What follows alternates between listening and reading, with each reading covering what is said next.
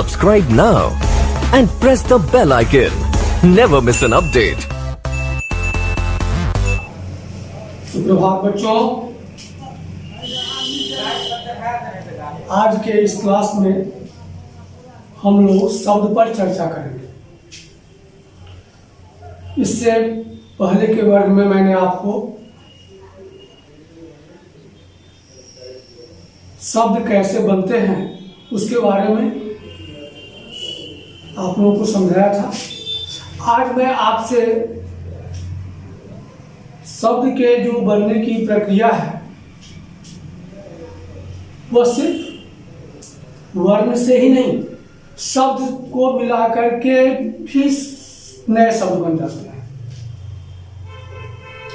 अब जैसे जब हम वर्ण को मिलाकर के बोलते थे कि वर्ण को मिलाकर के शब्द बनते हैं, तो बच्चों आपको मैंने पढ़ाया था एक छोटा सा शब्द नल लेते हैं।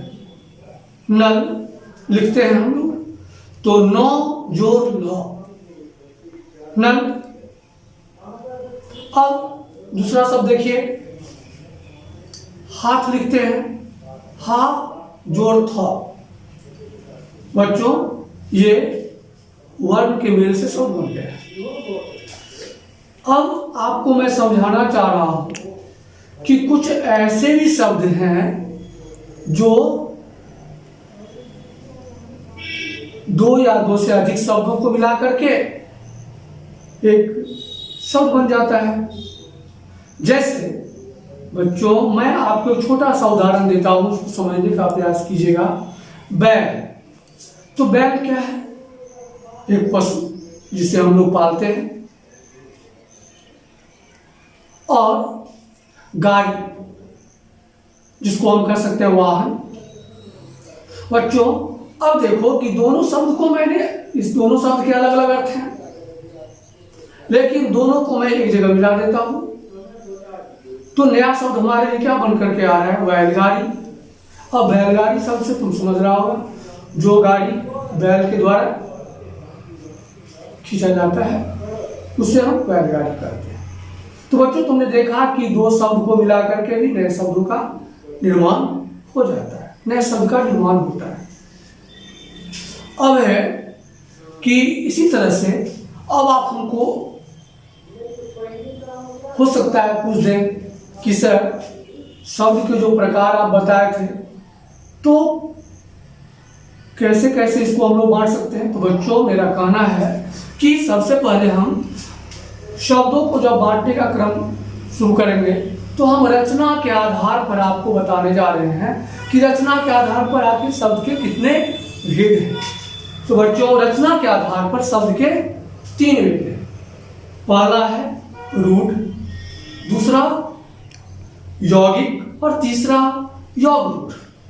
बच्चों अब कहिएगा कि सर इन सब शब्दों की जो ये सब जो प्रकार हैं उनके अलग अलग परिभाषाएं क्या हैं। तो रूढ़ शब्द बच्चों सबसे पहले आप समझ लीजिए कि रूढ़ शब्द हम ऐसे शब्दों को कहेंगे जिनके खंड करने पर उनके अलग अलग खंडों का कोई अर्थ न निकले। इस तरह के जो शब्द होते हैं उसे हम रूढ़ शब्द के अंतर्गत रखते हैं, यानी ये रूढ़ शब्द कहलाते हैं। यौगिक है। अब यौगिक के बारे में आप देखेंगे कि यौगिक दो शब्दों के मेल से बना हुआ शब्द होता है, और इन शब्दों का जब हम खंड करते हैं तो दो शब्द पहले मैंने आपको बताया, तो इन शब्दों का खंड करने पर उसके खंडों का भी अलग अलग अर्थ हो जाता है। जैसे छोटा सा उदाहरण आपको मैं दे रहा हूं, पुस्तकालय। तो बच्चों पुस्तक जोड़ आलय। अब यहां आप देखेंगे पुस्तक से आप समझते हैं आपके पास किताब जो भी है, पुस्तक। आलय शब्द का अर्थ होता है घर। तो बच्चों पुस्तक और आलय दोनों को मिलाकर के पुस्तकालय का निर्माण हुआ, पुस्तकालय शब्द बना। तो बच्चों यहाँ पर आपने देखा कि अलग अलग खंडों का भी अर्थ होता है और उसके बाद जब दोनों को मिला देते हैं तो एक शब्द भी इसके लिए बन जाता है, जैसे मैंने आपको समझा दिया पुस्तकालय। तो ये ऐसे शब्दों को हम यौगिक शब्दों के अंतर्गत रखेंगे। ये सब इस तरह के शब्द यौगिक शब्द कहलाते हैं। इसी तरह से देवालय, विद्यालय शब्द है। अब आप देखिएगा योग रूट।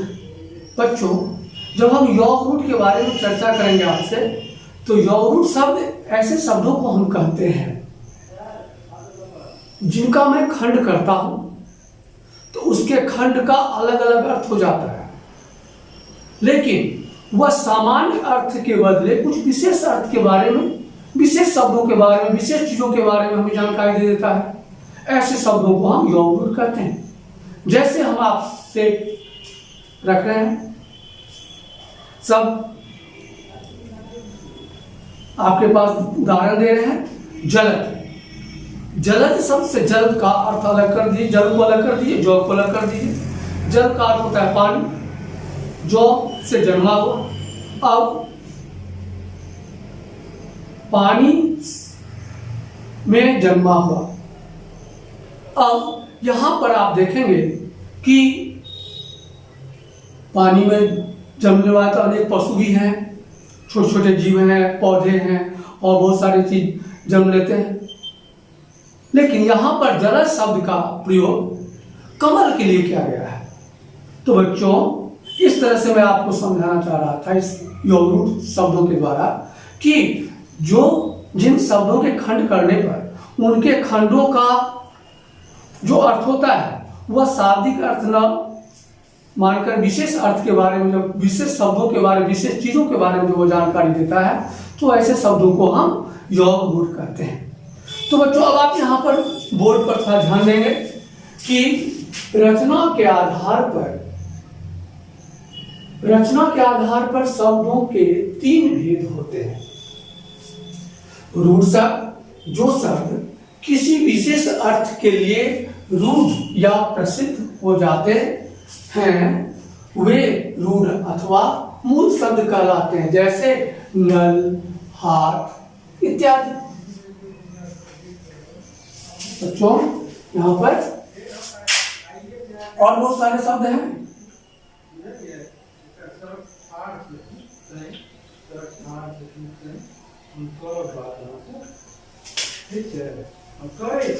यानी बहुत सारे शब्द हैं, सिर्फ 2 ही शब्द हैं, बहुत सारे ऐसे शब्द हैं। ठीक, उसके बाद आप देखिएगा यौगिक शब्द है। 2 अथवा 2 से अधिक शब्दों के मेल से बनने वाले सार्थक शब्द यौगिक शब्द कहलाते हैं। जैसे रसोई, जोर घर, यानी रसोई को हम घर से दोनों शब्द अलग अलग हैं, उसको एक जगह मिला देते हैं तो रसोई घर बनता है। राष्ट्र, और यहाँ पर जोड़ का चिन्ह है। फिर पिता, यानी राष्ट्र और पिता अलग अलग शब्द हैं, दोनों को जब एक जगह मिला देते हैं तो राष्ट्र पिता शब्द बन रहे हैं।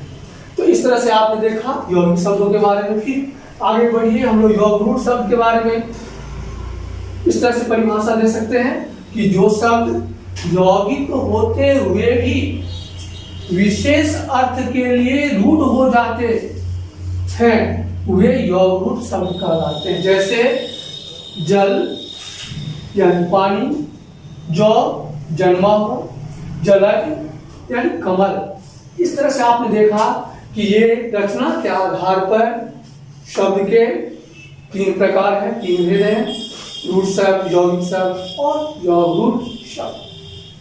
बच्चों, अब इस क्लास को थोड़ा सा हम और आगे बढ़ाते हैं कि उत्पत्ति के आधार पर शब्द कितने प्रकार के होते हैं।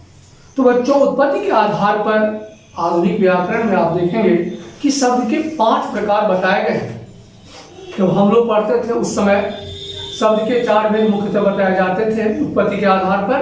वो था तत्सम, तद्भव, देशज और विदेशज। लेकिन बच्चों, आज आधुनिक व्याकरण में हमें देखने के लिए मिला है कि एक शंकर शब्द को भी इसमें जोड़ दिया गया है। तो इस तरह से हम कह सकते हैं कि उत्पत्ति के आधार पर शब्द के 5 भेद हैं।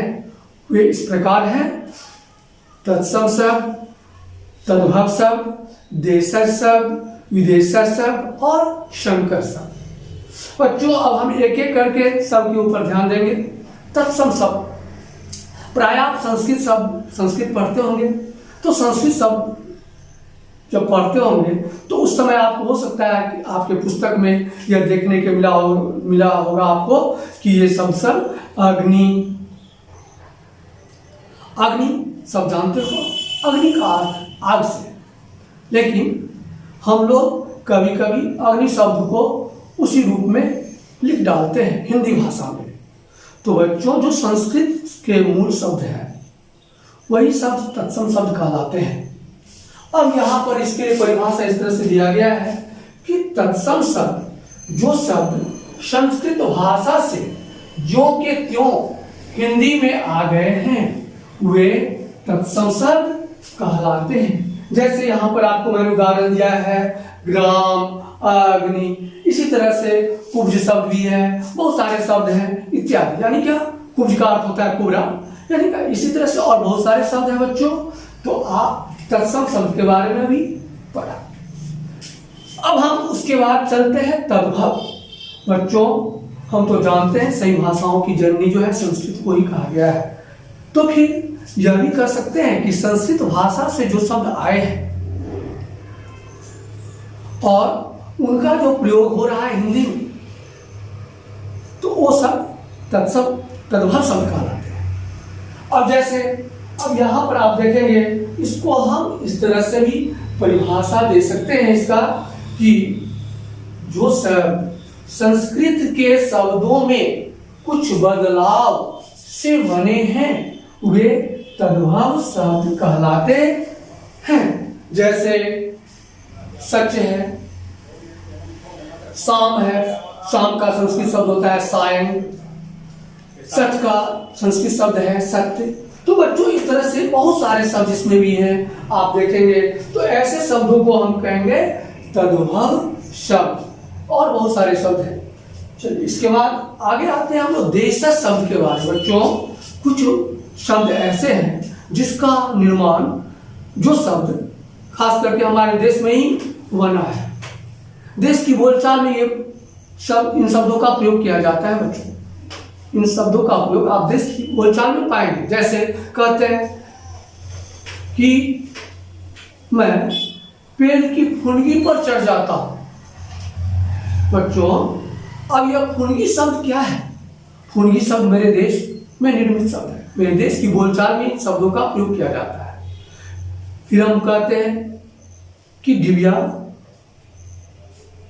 में तेल नहीं है। यह डिबिया शब्द क्या है? ये मेरे देश की बोलचाल में इसका, इन शब्दों का निर्माण हुआ है, मेरे देश का शब्द है यह। तो बच्चों कुछ शब्द ऐसे हैं जैसे फुनगी, डिबिया, लोटा, ये सब शब्द क्या है? देशज शब्द है।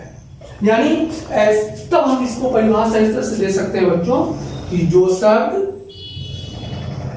देश के विभिन्न प्रांतों यानी राज्यों की बोलियों से हिंदी भाषा में आ गए हैं वे देशज शब्द कहलाते हैं। जैसे खाट, पगड़ी इत्यादि। आपको मैंने उसके पहले उदाहरण के रूप में आपको बताया, मैंने फुनगी, डिबिया, ये सारे शब्द भी जो है वो देशज शब्द ही हैं।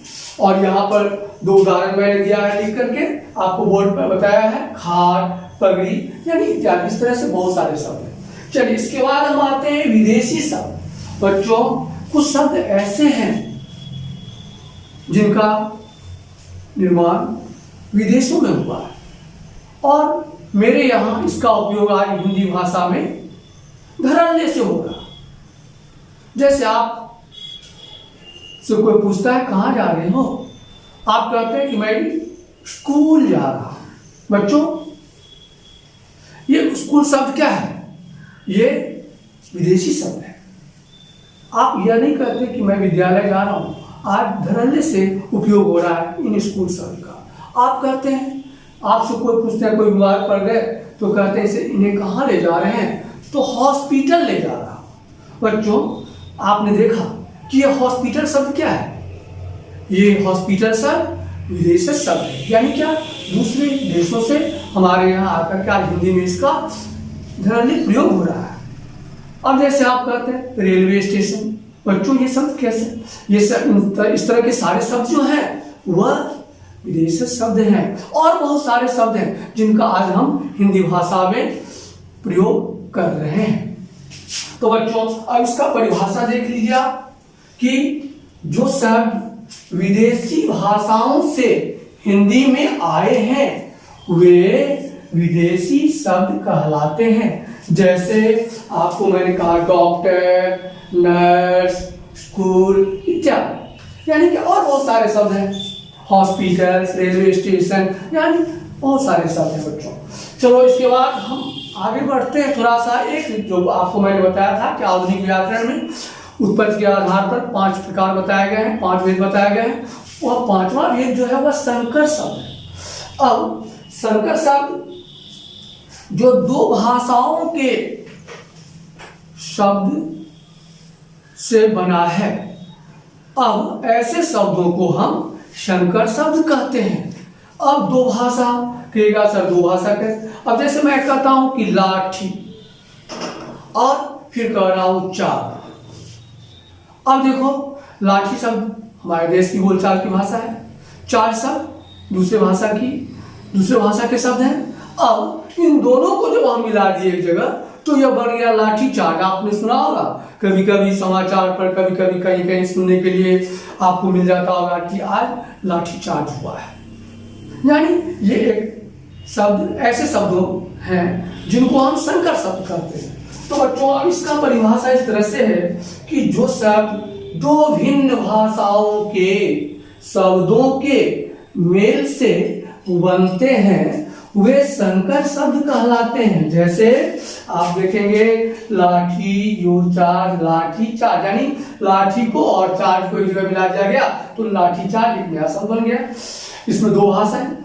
अब है टिकट, घर। इसी तरह से आप देखेंगे टिकट अलग शब्द है, अलग दूसरे भाषाओं की है, घर अलग भाषाओं की है। तो इन दोनों भाषाओं के शब्द लेकर के जो है टिकट शब्द को और घर को लेकर के वह बना दिया गया एक शब्द टिकट घर। इस तरह से और बहुत सारे शब्द हैं। तो बच्चों आज मैंने आपको दो जो हमारे पास शब्द के भेद थे, रचना और ये उत्पत्ति, उनके बारे में सिर्फ मैंने जानकारी दिया। अब जो और रह गए हमारे पास 3 भेद, अर्थ के आधार पर, व्याकरणिक प्रकार के आधार पर और प्रयोग के आधार पर, बच्चों इनके बारे में हम फिर अगले दिन आपको जब पढ़ में आएंगे तो बताएंगे।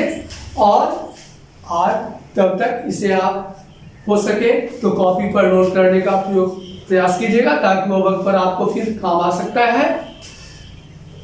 अब फिर दूसरे दिन, धन्यवाद।